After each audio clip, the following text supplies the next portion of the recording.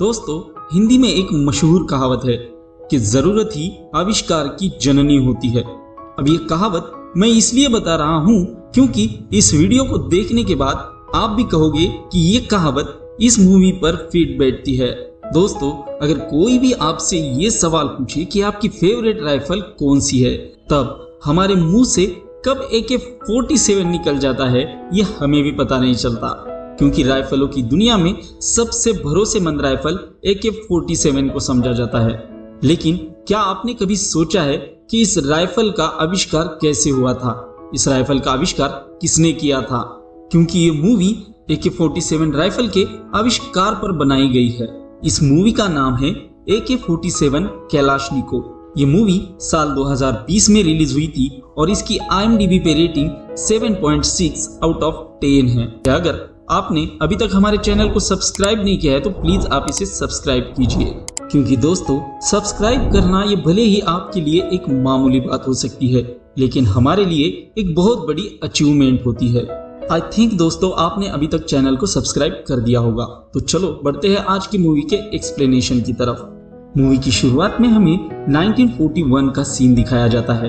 दरअसल ये समय होता है सेकेंड वर्ल्ड वॉर का और इस जगह पर नाजी सैनिक और रशियन सैनिक आमने सामने युद्ध लड़ रहे थे। अब इसी युद्ध में जिसे एक अलेक्जेंडर कैलाशनिकोव नाम का लड़का ऑपरेट कर रहा था।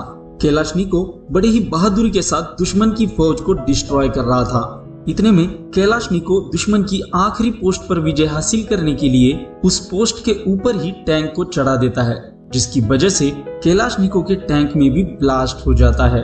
अभी कहानी हमें कुछ दिन बाद की दिखाई जाती है, जहाँ पर कैलाशनिकोव एक गाड़ी में बैठकर कहीं जा रहा था। उसके साथ उसके फौज के और भी सिपाही होते हैं जो कि वॉर के दौरान घायल हुए थे।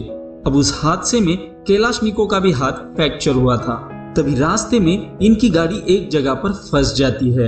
अब ये सारे सिपाही उतरकर उस गाड़ी को उस कीचड़ से बाहर निकालने की कोशिश करते हैं, पर वो उसमें कामयाब नहीं होते। कैलाशनिकोव अब अपने कमांडर के पास आता है और अपने कमांडर से कहता है कि पास ही में एक घर दिख रहा है जिसके पास एक घोड़ा होगा, उसकी मदद से हम इस गाड़ी को इस कीचड़ से बाहर निकाल सकते हैं। कमांडर को भी कैलाशनिकोव के बातों में दम लगता है, इसलिए वो कैलाशनिकोव को अपने साथ लेकर उस घर की तरफ जाता है। रास्ते में कैलाशनिकोव अपने कमांडर के पास एक गन देखता है जो कि ऑटोमेटिक होती है। कैलाशनिकोव कमांडर से उस वेपन के बारे में पूछता है तो कमांडर उसे कहता है कि मैंने इसे कभी चलाकर नहीं देखा, जब मैं सरहद पर जाऊंगा तो मैं इसकी टेस्ट जरूर करूंगा। बातें करते करते ये दोनों भी उस घर के सामने आ जाते हैं। इतने में उस घर से दो नाजी सैनिक बाहर आ जाते हैं। अब ये समझने से पहले ही वो कमांडर के ऊपर गन तान देते हैं। अब वो कमांडर पर फायर करे इससे पहले कमांडर अपनी राइफल को उठाता है और उन दोनों सैनिकों को शूट कर देता है। लेकिन जब एक और सैनिक उस घर से बाहर निकलता है तो कमांडर उसे शूट करने के लिए अपनी राइफल को उठाता है, लेकिन उसकी राइफल जाम हो जाती है और उस सैनिक को वो शूट नहीं कर पाता। वो सैनिक अभी अपनी गन उठाता है और उस कमांडर को शूट करता है। इतने में कैलाशनिकोव अपनी पास की गन से उस सैनिक को शूट कर देता है। बाद में वो अपने कमांडर के पास आता है और उसे कहता है कि तुमने उस पर फायर क्यों नहीं किया? तो कमांडर उसे कहता है कि मेरी राइफल बीच में ही अटक गई थी, जिसकी वजह से मैं उसे फायर नहीं कर पाया। कैलाशनिकोव अब घोड़े के सहारे अपने कमांडर को गाड़ी के पास ले जाने लगता है और रास्ते में वो राइफल खोलकर देखता है। वो कमांडर से कहता है कि इस राइफल की बनावट में कुछ कमी है, जिसकी वजह से ये बर्फीले इलाकों में काम नहीं कर सकती। दरअसल कैलाशनिकोव को बचपन से ही राइफल बनाने का बहुत शौक होता है और वो कमांडर को बताता है कि उसने महज उम्र के 5 साल में ही पहली गन बनाई थी। अब कैलाशनिकोव को छुट्टी मिल जाती है और वो अपने घर जाने के लिए ट्रेन में बैठ जाता है। तभी इनकी ट्रेन एक मटाई नाम के स्टेशन पर आकर रुक जाती है और वहीं पर कैलाशनिकोव ट्रेन से नीचे उतर जाता है। अब वो मटाई स्टेशन के उस जगह पर आ जाता है जहां पर इंजन बनाने का काम चलता है। दरअसल कैलाशनिकोव जॉब पर लगने से पहले यहीं पर काम करता था, लेकिन कुछ रीजन की वजह से यहाँ से उसे निकाल दिया था। वो क्या रीजन है आपको कहानी में आगे पता चलेगा। कैलाशनिकोव वहाँ के मेन इंचार्ज के पास आ जाता है और उसे अपने राइफल की डिजाइन दिखाते हुए यहाँ पर वो राइफल बनाने की परमिशन मांगता है, पर वो इंचार्ज ऑफिसर उसे परमिशन नहीं देता, क्योंकि कैलाशनिकोव जब यहाँ पर पहले काम करता था तो उसने एक वेपन बनाया था जो कि पुलिस को मिला था और उसके बाद इस ऑफिसर को बहुत सारी परेशानियां उठानी पड़ी थी।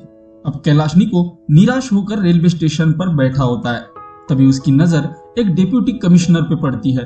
वो उसके पास जाता है और उसे अपने राइफल की डिजाइन बताते हुए उसे कन्विंस करने लगता है। तो ऑफिसर को उसका डिजाइन और उसका आइडिया पसंद आता है। वो उसे एक सिफारिश लेटर देता है। कैलाशनिको उस लेटर को लेकर उस इंचार्ज ऑफिसर के पास आता है और उसे वो दिखाता है। अब डिप्यूटी कमिश्नर की सिफारिश की वजह से उसे कैलाशनिको को ना चाहते हुए भी वहां पर काम करने की परमिशन देनी पड़ती है। कैलाशनिको को उस वर्क हाउस में एक छोटी सी जगह दी जाती है जहां पर कैलाशनिको अपने वेपन बनाने का काम शुरू करता है। यहाँ पर कैलाशनिको की आइडिया देखकर बाकी वर्कर भी उसकी मदद करने आ जाते हैं, क्योंकि कैलाशनिको एक ऐसा आविष्कार करने वाला था जिससे सोवियत यूनियन को युद्ध में बहुत मदद होने वाली थी। अब फाइनली कैलाशनिको उस वेपन को बना लेता है और उसकी टेस्ट भी करता है, तो उसकी एक्यूरेसी जैसा कैलाशनिको ने सोचा था बिल्कुल वैसी होती है। अब कैलाशनिको उस वेपन को लेकर उस डिप्यूटी कमिश्नर के ऑफिस में जाता है और वहां पर उसकी पूछताछ करता है। तो उसे वहां पर बताया जाता है उस डिप्यूटी कमिश्नर का ट्रांसफर हो गया और उसकी जगह एक नया डिप्यूटी कमिश्नर आया है। लेकिन कैलाशनिको अपने पास की वेपन उन्हें दिखाता है। ये देखकर वो लोग कैलाशनिको को पकड़ लेते हैं और उसे एक कमरे में बंद कर देते हैं, क्योंकि कैलाशनिको डिप्यूटी कमिश्नर के ऑफिस में गन लेकर आया था। कुछ देर बाद वहां पर वो नया डिप्यूटी कमिश्नर आता है और वो कैलाशनिको की वेपन देखता है। उसे वो वेपन ठीक लगती है। वो उसे टेस्ट करने के लिए उसे एक रेंज पर भेजता है जहां पर कैलाशनिको ने बनाई हुई वेपन को टेस्ट किया जाता है और टेस्ट में कैलाशनिको की वेपन उन लोगों को बहुत पसंद आती है। इस पर डिप्यूटी कमिश्नर कैलाशनिको को बाहर बुलाता है। वो कैलाशनिको को कहता है कि हमने तुम्हारी वेपन टेस्ट की है और हमें ये बहुत पसंद आई। अब कुछ ही महीने बाद इनका एक वेपन कंपटीशन होने वाला था, जिसमें नए नए ऑटोमेटिक हथियार बनाने का कंपटीशन था और ये लोग तय करते हैं कि उस कंपटीशन में कैलाशनिको को भी अपने राइफल के साथ भेजा जाएगा। ये सुनकर कैलाशनिको बहुत खुश होता है। इसके बाद कैलाशनिको अपनी वेपन को और भी अच्छा बनाने में लग जाता है। अब एक दिन वो भी आता है जब कैलाशनिको की वेपन वहां का जनरल चेक करने वाला था। कैलाशनिको उस जनरल को अपने वेपन के बारे में बताने लगता है। बाद में वो जनरल उस गन को टेस्ट करने के लिए फायर करता है और जनरल को कैलाशनिको ने बनाया हुआ वेपन बहुत पसंद आ जाता है। वो कैलाशनिको को कहता है कि मुझे तुम्हारा वेपन बहुत अच्छा लगा और तुम इसे कंपटीशन में रिप्रेजेंट करोगे। यहाँ तक सब कैलाशनिको के हिसाब से अच्छा ही हो रहा था। इस जगह से कैलाशनिको को एक दूसरे कैंप में भेजा जाता है जहाँ पर इनका कंपटीशन होने वाला था। कैलाशनिको जब उस कैंप में पहुंचता है तो उसे उसका स्पेशल कैबिन दिया जाता है जहाँ पर वो अपने वेपन का काम कर सकता है। कैलाशनिको खाना खाने के लिए उनके मेस में आता है। तभी उसके पास एक लड़की आती है जिसका नाम कियाटिना था।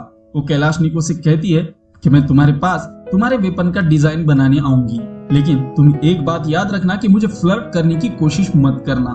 ये सुनकर कैलाशनिको उसे कुछ भी नहीं कहता और वो लड़की भी वहां से चली जाती है। वो लड़की कैलाशनिको के पास काम करने के लिए आ जाती है और उसे कैलाशनिको का बिहेवियर बहुत पसंद आता है और वो मुस्कुराने लगती है। धीरे धीरे इनमें नजदीकियां भी बढ़ने लगती है। अब एक दिन कैलाशनिको के वेपन का टेस्ट होना था और उस टेस्ट में कैलाशनिको की वेपन ठीक से परफॉर्मेंस नहीं कर पा रही थी, इसलिए उसे बहुत सारे सुझाव के साथ एक लेटर दिया जाता है और अपनी वेपन में उस हिसाब से दुरुस्ती करता है, क्योंकि उसने इसके लिए बहुत मेहनत की थी। अब कैलाशनिको इन सब से तंग आ जाता है और वो सोचता है कि वो बॉर्डर पे जाएगा। इसके लिए वो डॉक्टर के पास फिटनेस सर्टिफिकेट लेने के लिए जाता है, लेकिन जैसा कि मूवी की शुरुआत में देखते हैं कि उसके हाथ में फ्रैक्चर होता है। उसकी वजह से डॉक्टर उसे फिटनेस सर्टिफिकेट नहीं देता और वो सरहद पर जाने के लिए फिट नहीं होता है। कैलाशनिको अब बहुत ही ज्यादा निराश रहने लगता है, क्योंकि उसके हाथ हर तरफ से निराशा ही लग रही थी। अब एक दिन कैटी और कैलाशनिको काम कर रहे थे, तभी अचानक से बाहर शोर सुनाई देता है। कैलाशनिको जब उस शोर को सुनने के लिए जाता है तो उन्हें पता लगता है कि सोवियत यूनियन इस युद्ध को जीत गई है। अब यहाँ पर हर जगह मौज मस्ती चल रही थी, क्योंकि इनका देश उस युद्ध में विजय हासिल कर चुका था। पूरे कैंप के अंदर खुशी का माहौल था। अब कैलाशनिको की वेपन भी एकदम परफेक्ट से तैयार हो चुकी थी, लेकिन उस वेपन की तरफ देखते हुए वो बड़ा ही मायूस था। वो हर समय निराश रहने लगा। केटी उससे पूछती है कि तुम निराश क्यों हो? अब तो हमारा देश भी युद्ध में जीत गया है। तो कैलाशनिको उसे कहता है कि अब युद्ध भी खत्म हो गया है, यानी कि सरकार को हथियारों की भी जरूरत नहीं पड़ेगी और सरकार हथियार बनाना भी छोड़ देगी। इस पर कैटी उसे कहती है कि तुम चिंता मत करो, तुम एक ग्राइंडर बनाओ और उसे AK नाम दो, जिससे हम दोनों भी बहुत सारा पैसा कमा लेंगे। और इसी से हम समझते हैं कि वेपन को AK नाम कैसे मिला। कैलाशनिको अभी अपने ऑफिसर के पास आ जाता है और उनको अपनी वेपन दिखाते हुए कहने लगता है कि इसे कहीं म्यूजियम में रख दो, क्योंकि इसका अब कोई भी काम नहीं है। तभी वो ऑफिसर कैलाशनिको से कहता है कि अभी युद्ध खत्म हुआ है, लेकिन सरकार ने आदेश दिया है कि हमारे जितने भी सिपाही है उन्हें आधुनिक हथियारों से लैस किया जाएगा, यानी कि नए नए वेपन का आविष्कार होना शुरू रहेगा। ये सुनकर कैलाशनिको बहुत खुश हो जाता है, क्योंकि उसे एक और मौका मिला था। कैलाशनिको दोबारा जोश से अपने काम पर लग जाता है। एक दिन उसके पास एक डक नाम का ऑफिसर आ जाता है, जिसने बहुत सारी ऑटोमेटिक वेपन का आविष्कार किया था। वो कैलाशनिको की डिजाइन देखता है और उसे कहता है कि तुम्हारे वेपन में बहुत ज्यादा पार्ट है, जिसकी वजह से इसमें रुकावट आने के बहुत ज्यादा चांसेस है। तुम एक सिंपल सा वेपन बनाओ जिसमें कम से कम पार्ट हो, जैसे कि हथौड़े को देख लो। हथौड़े में होता कुछ नहीं है, लेकिन उससे काम हम बहुत बड़े बड़े कर सकते हैं। अब ये सुनकर कैलाशनिको अपनी वेपन में और भी चेंजेस लाने की सोचता है। अब वो दिन भी आ जाता है जब कैलाशनिको को कैटी को छोड़कर उस कंपटीशन के लिए जाना था। कैलाशनिको उस कैंप में आ जाता है, जहाँ पर उसे मदद के लिए एक लड़का मिलता है जिसका नाम होता है व्लादिमीर। कैलाशनिको अब व्लादिमीर के साथ मिलकर अपनी वेपन को और भी डिजाइन करने लगता है और उसके बहुत सारे पार्ट में चेंजेस भी लाता है, जिससे कि वेपन एक परफेक्ट शेप में ढल जाए। अब वो अपनी वेपन से बहुत सारे एक्स्ट्रा पार्ट को भी निकाल देता है और अपनी वेपन को हो सके उतना सिंपल बनाने में लग जाता है। इस जगह पर कैलाशनिको ने जो भी अपने वेपन में चेंजेस लाए थे वो एकदम से परफेक्टली बैठ रहे थे, जिसकी वजह से वो बहुत खुश था। अब कैलाशनिको के वेपन का फाइनल टेस्ट एक हफ्ते बाद होना था, लेकिन कैलाशनिको अपनी वेपन को फाइनल टेस्ट में प्रेजेंट करने से पहले एक बार उसे चलाना चाहता था। वो देखना चाहता था कि उसका वेपन किस हद तक परफेक्टली हुआ है। अब कैलाशनिको अपनी वेपन को उठाता है और उसे टेस्ट करने के लिए जाता है, पर उसे वहां पर परमिशन नहीं मिलती, क्योंकि उस जगह पर एक राइफल की ऑलरेडी टेस्टिंग चल रही थी और वो राइफल थी यहाँ के जनरल डेक्ट्रॉफ की, जिसका सोवियत यूनियन के ऑटोमेटिक हथियार बनाने में बहुत बड़ा कंट्रीब्यूशन था। अब कैलाशनिको यहाँ से चला जाता है और डेक्ट्रॉफ के सेक्रेटरी के पास जाता है और उसे परमिशन मांगने लगता है, लेकिन उसे भी वहां से परमिशन नहीं मिलती। लेकिन कैलाशनिको अपनी वेपन को लास्ट बार चेक करना चाहता था, इसलिए कैलाशनिको कैंप में ही एक सुनसान जगह पर एक टंकी लगा देता है और उस पर एक टारगेट बनाता है और बाद में अपनी वेपन से वहां पर फायर करने लगता है। फायर का आवाज सुनकर आसपास के सभी लोग कैलाशनिको के पास आ जाते हैं और कैलाशनिको को वहां पर पकड़ा जाता है। कैलाशनिको की वेपन ली जाती है और उसे अरेस्ट किया जाता है। अब कैलाशनिको की नजर अपने टारगेट के ऊपर थी और उस टारगेट को देखकर वो बहुत ज्यादा खुश था, क्योंकि उसके हिसाब से उसकी गन परफॉर्मेंस कर रही थी। कैलाशनिको को यहाँ से डेट्रॉफ के ऑफिस में ले जाया जाता है, जहाँ पर डेट्रॉफ उसे कहता है कि तुमने रूल्स तोड़ा है, लेकिन मैंने तुम्हारे वेपन के बारे में सुना है कि तुम्हारी वेपन एक्यूरेसी के बारे में सबसे आगे है।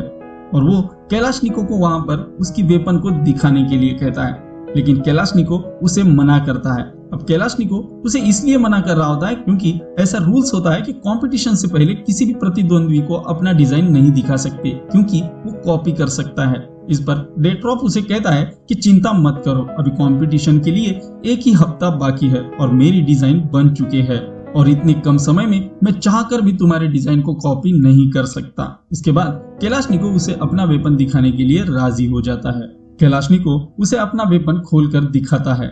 डेट्रॉफ जब वो उस वेपन को और उसके पार्ट को देखता है तो वो हैरान हो जाता है और कैलाशनिको की बहुत तारीफ करने लगता है। वो कैलाशनिको से कहता है कि इस साल का कंपटीशन तुम ही जीतोगे और साथ ही में अपने सेक्रेटरी से कहता है कि मेरा जो वेपन तुम कंपटीशन में ले जा रहे थे उसे इस साल मत लेके जाना, क्योंकि इस साल कैलाशनिको के वेपन के आगे मेरा वेपन कुछ भी नहीं है। ये सुनकर कैलाशनिको का कॉन्फिडेंस और भी बढ़ता है। अब वो दिन भी आ जाता है जिस दिन इनका कंपटीशन होना था। अब कंपटीशन में सारी वेपन को एक एक करके टेस्ट किया जा रहा था, जहाँ पर पहले वेपन को पानी में डुबोया जाता है, उसके बाद उसका फायर चेक करने लगते हैं कुछ वेपन्स इसी टेस्ट में फेल हो रहे थे और कुछ पास हो रहे थे।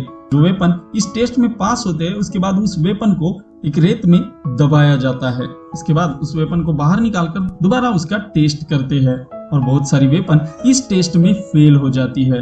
अब जब कैलाशनिकोव की वेपन की बारी आती है तो पहले उसे पानी में डुबाया जाता है और उससे फायर किया जाता है, जिसमें कैलाशनिकोव की वेपन परफेक्टली फायर करती है। इसके बाद कैलाशनिकोव की वेपन को रेत में दबाया जाता है और उससे फायर किया जाता है। अब इसमें भी कैलाशनिकोव की वेपन परफेक्टली परफॉर्मेंस देती है। अब वो दिन भी आ जाता है जब कैलाशनिकोव वापस केटी के पास आता है। केटी उसे पूछती है कि तुम्हारे वेपन के कंपटीशन का क्या हुआ, तो कैलाशनिकोव उसे कहता है कि मेरा वेपन बिल्कुल परफेक्टली पास हो गया है। ये सुनकर कैटी बहुत खुश हो जाती है और साथ में कैटी उसे एक और खुशखबरी सुनाती है कि वो उसके बच्चे की माँ बनने वाली है। ये सुनकर कैलाशनिकोव और भी खुश हो जाता है और उसे उठाकर नाचने लगता है। और मूवी के अंत में हम ये देखते हैं कि कैलाशनिकोव और कैटी अपने दोनों बच्चों के साथ अपने गांव, अपने घर जा रहे हैं और यहीं पर ये मूवी खत्म हो जाती है। वैसे दोस्तों, मैंने आप लोगों को AK-47 में से AK नाम कहां से आया ये बता दिया है, लेकिन क्या आप ये जानते हो कि AK के आगे 47 कहां से लिया गया है? अगर जानते हो तो कमेंट बॉक्स में कमेंट जरूर करना और अगर चैनल पर नए हो तो वीडियो को लाइक और चैनल को सब्सक्राइब जरूर करना। Thanks for the watching.